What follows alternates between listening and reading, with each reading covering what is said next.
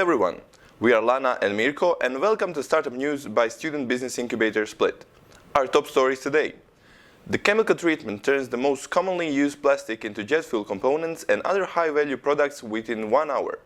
Meet MediFlash, a freelancer marketplace for health professionals. A novel pair of sensors help users to save water in the bathroom by detecting toilet leaks and encouraging shorter showers. Tesla has activated its in-car camera to monitor drivers using autopilot. Two researchers from Washington State University have developed a new technique for recycling plastics, which reduces them to the building blocks that make up jet fuel and other products. Scientists have been exploring the use of chemical reactions to turn plastics into the building blocks for jet fuel and other products for some time. The process involves taking the material and combining it with catalysts under high temperatures. This then reduces to organic compounds called hydrocarbons, which act as the building blocks for different types of fuel.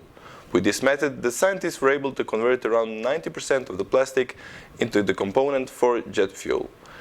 Through additional experimentation, the team found the process could be tweaked to produce building blocks for other high-value products. By scaling up this process, researchers could help to tackle other forms of plastic waste.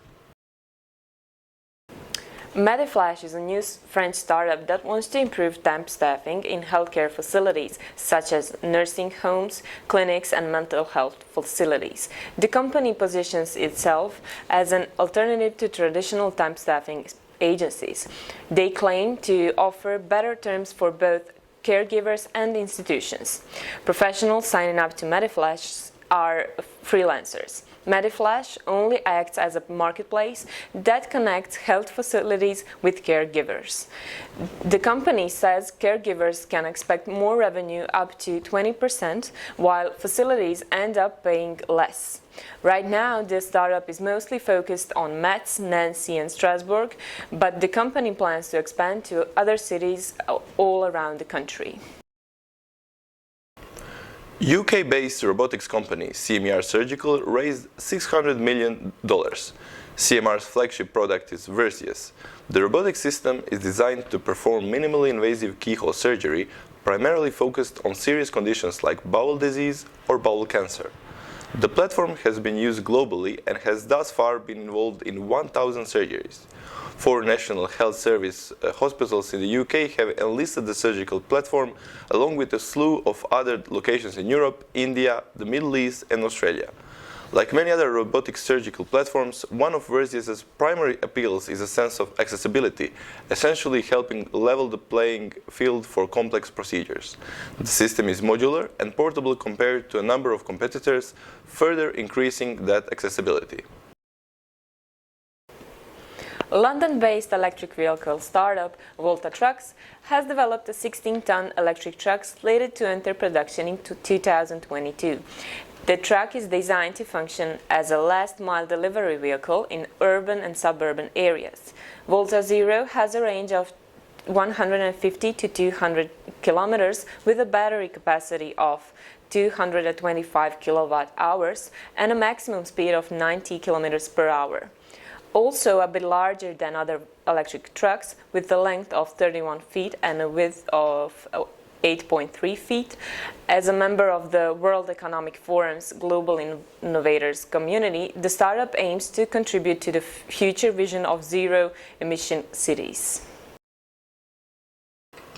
The Agardo G2 is a sensor for showers that measures usage and alerts users to the amount of water and energy wasted, helping to nudge them into shorter shower times. A second product, the Agardo leak sensor, attaches to the toilet's water inlet and detects leaky valves, notifying homeowners of this difficult-to-detect problem. Data from the G2 is transferred to a cloud-based dashboard that provides users with real-time analysis of water and energy usage during a shower.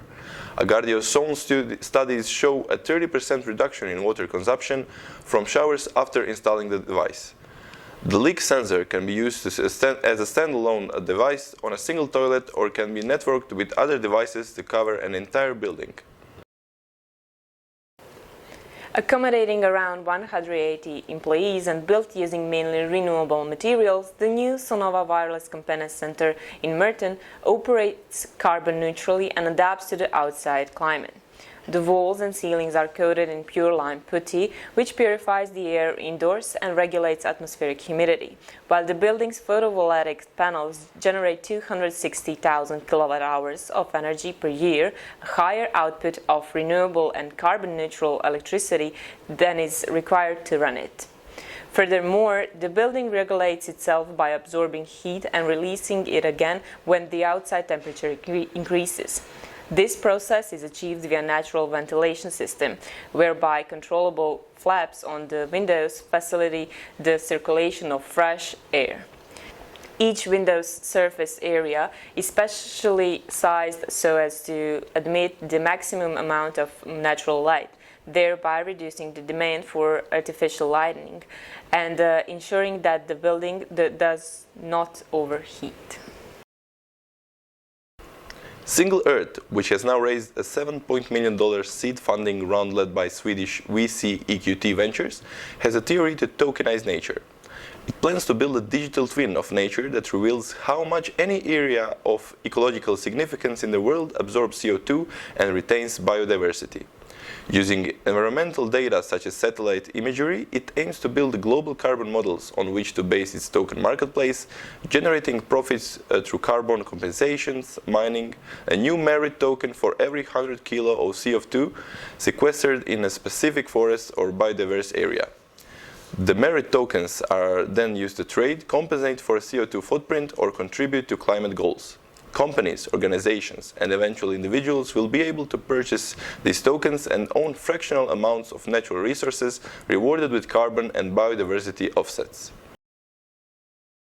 Days after rumors whirled around Amazon's acquisition of MGM, the online massive retailer confirmed that it will be acquiring the nearly 100-year-old studio for $8.45 billion. The deal is another big step to bolster Amazon's fight in the streaming wars, adding 4,000 films. The list includes the James Bond and the Rocky series, and classics ranging from Fargo to RoboCop to Silence of the Lambs. There are also included more than 17,000 TV shows. Once the deal closes, the short-term impact will be unfettered access to Amazon's Prime Video platform, giving the service a leg up against rivals like Netflix, Hulu, and HBO Max. Tesla has enabled the in-car camera in its Model 3 and Model Y vehicles to monitor drivers when its autopilot advanced driver assistance system is being used. In a software update, Tesla indicates that the cabin camera above the rear-view mirror can now detect and alert driver inattention while autopilot is engaged. Notably, Tesla has a closed-loop system for the data, meaning imagery captured by the camera does not leave the car. The system cannot save or transit information unless data sharing is enabled, according to Tesla. TikTok has a month to respond to concern raised by European consumer protection agencies earlier this year, according to EU lawmakers. Areas of specific concern include hidden marketing, aggressive advertising techniques targeted at children, and certain contractual terms in TikTok's policies that could be considered misleading and confusing for consumers. The background to this is that back in February, the European Consumer Organization sent the Commission a report calling out a number of TikTok's policies and practices, including what is said were unfair terms and copyright practices. It also flagged the risk of children being exposed to inappropriate content on the platform and accused TikTok of misleading data processing and privacy practices. Uber has reached a deal to become the sole owner of Latin American delivery startup Cornershop, just 1 year after acquiring a majority stake in the company. With Cornershop as wholly owned subsidiary, Uber can beef up its grocery deliveries options, a service made popular during the pandemic. The company started offering grocery delivery in select cities across Latin America, Canada, and the US last summer after it acquired Postmates in a deal valued at $2.65 billion. Uber faces stiff competition from grocery retail themselves, many of whom offer delivery through partnering with startups like DoorDash or Favor Fleet. Spotify announced its acquisition of Pods, a startup that's trying to solve the problem of podcast discovery. Since podcasts are usually upward of 30 minutes long, it's hard for listeners to browse new shows. Listening to an episode of podcast isn't as easy as trying out a song by a new artist. So Pods developed what is called the first audio news feed, presenting users with 60-second clips from various shows.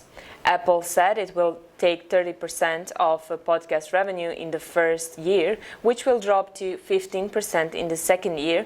On the other hand, Spotify's program won't take any cut from creators until 2023, when it will take 5%. If Spotify's investment in discovery pays off, it could pose trouble for Apple's long-standing dominance in the podcasting media. Facebook announced that they were planning to roll out their first in-game ads inside the title Blaston from the VR game developer Resolution Games. Facebook has purchased a handful of VR studios in recent months and owns a number of the most popular Quest titles inside its marketplace, so the opportunity to roll out advertising with a third-party partner gave Facebook a chance to frame the advertising rollout as a way for other developers to open up their monetization channels rather than Facebook to do so.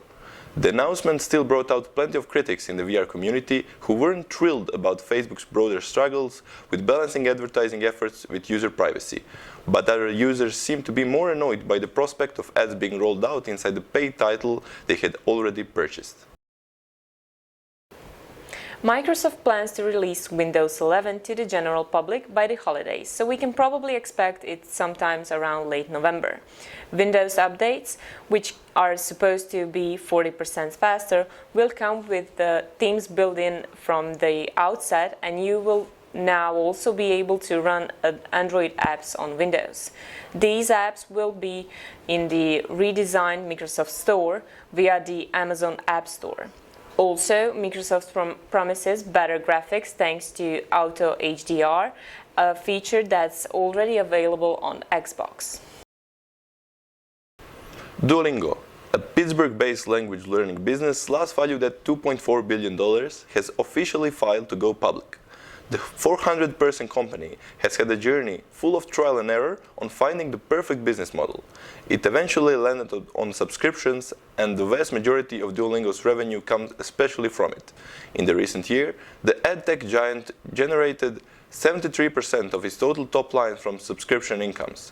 Its multi-part business model appears to be paying off because the company's revenue grew from $70.8 million in 2019 to $161.7 million in 2020, which is a 129% increase. At a run rate of around $220 million today and a growth of more than 100%, Duolingo should not have a problem clearing its privately set $2.4 billion price tag. That will be all for today's show. Thank you for watching and see you next time.